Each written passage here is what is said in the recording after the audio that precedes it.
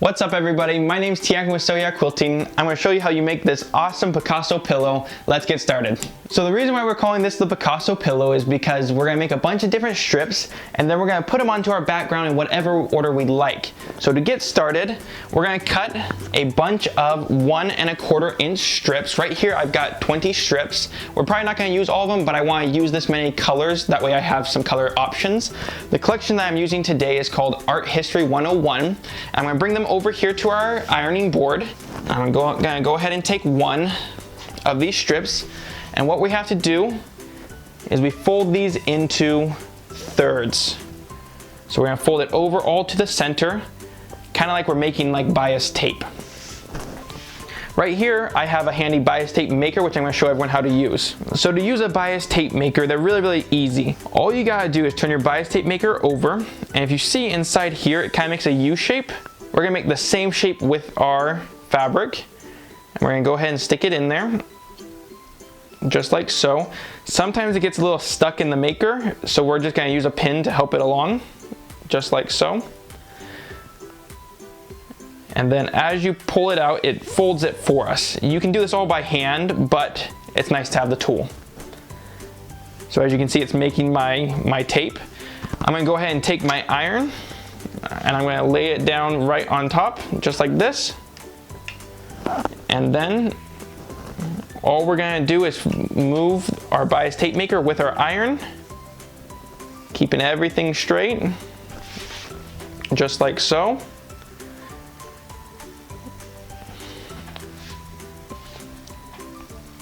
And you can see here that it's folding it and ironing it all at the same time, keeping everything down.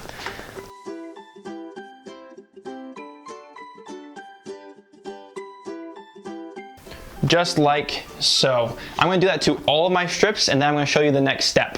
So I've gone ahead and set all my strips through the bias maker, and I've ironed them all down. The next step is an optional step. You don't have to use this method, which is using Steam-A-Seam to the 1/2 inch, and we're going to go ahead and iron it to the back. That way we don't have to use glue in this project. So I'm going to show you how I do that.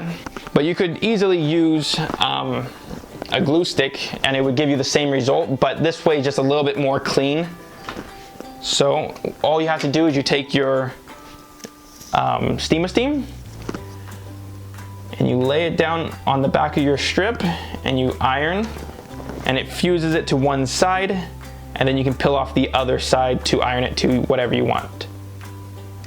But this also gives us a nice no raw edge showing finish, so I really like that.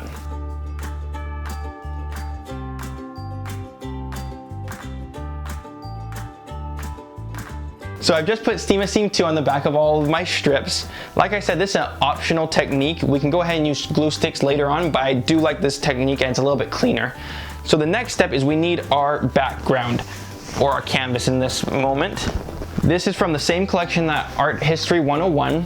It's got very little print, but I really like all these little teeny squares that are 2 different colors. This piece right here is 22 by 22. I'll be making a 20-inch pillow, but you can change the sizes however you like. Like I said, we can change this however we want so it matches what we're doing. So our next step is to try to get like a rough layout of what we like. What I like to do to start out is I kind of make a star pattern on my canvas. I want to make sure I'm getting my colors everywhere. And like I said, you can do this as however you'd like, but this is just the method I'm using today.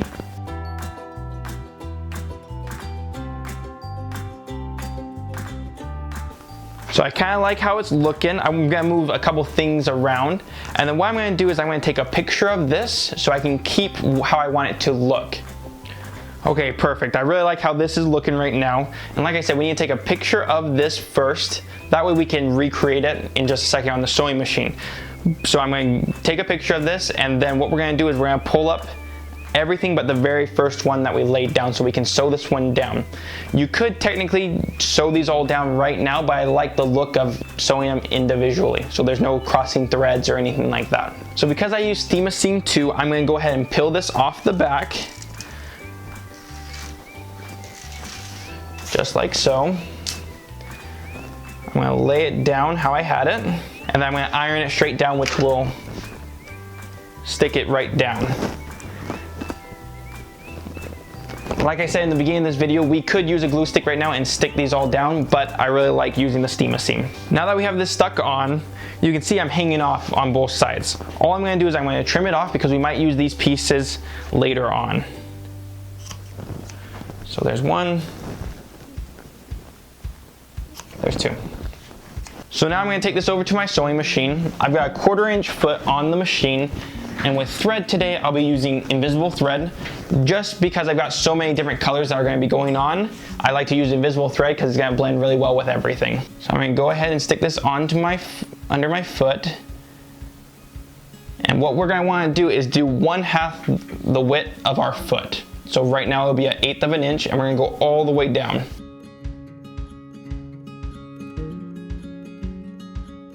Go ahead and cut those threads. Then we're going to turn it around and do it to the other side as well.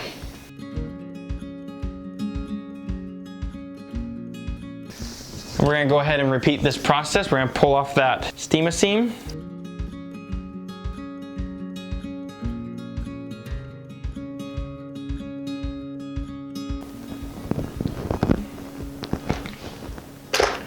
And just like before, I'm going to cut off the excess and go on over to my sewing machine.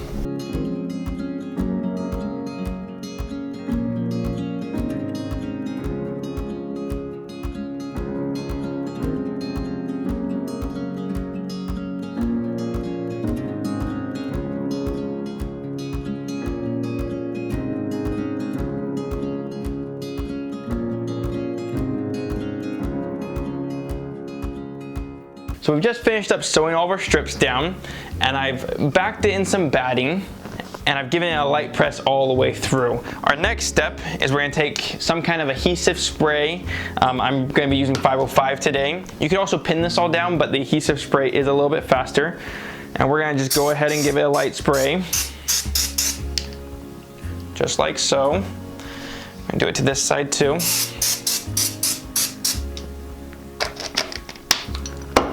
And now to finish the project, there's a bunch of different ways that we can do it. You could take it to your long armor and have it long armed. What I'm going to do is in these white open spots, 1/4 inch away from our strips, I'm going to just sew a line all the way around. It's going to give it like a geometric feel. I'm going to go ahead and do that right now. This is a time where we can move over to a walking foot if you have one. Today I'm just going to use our normal foot.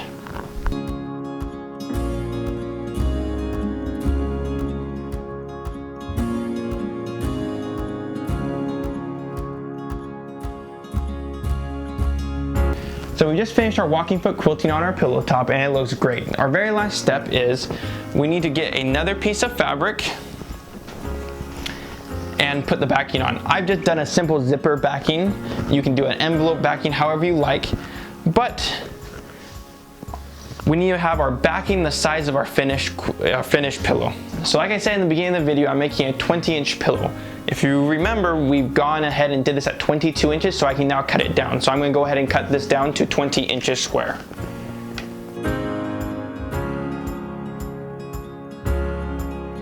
So I've gone ahead and trimmed this down to 20 inches square, and now I'm going to add the back. We're going to take and put right sides together, just like so. I'm going to sew a 1/4 inch seam all the way around, and I'm going to use that zipper to turn it inside out.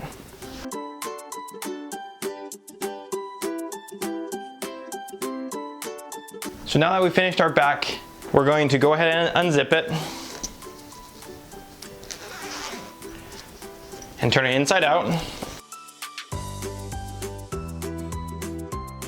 I'm going to go ahead and grab a pillow form. This right here is a 20-inch pillow form, and I'm going to go ahead and stuff it inside our new pillowcase.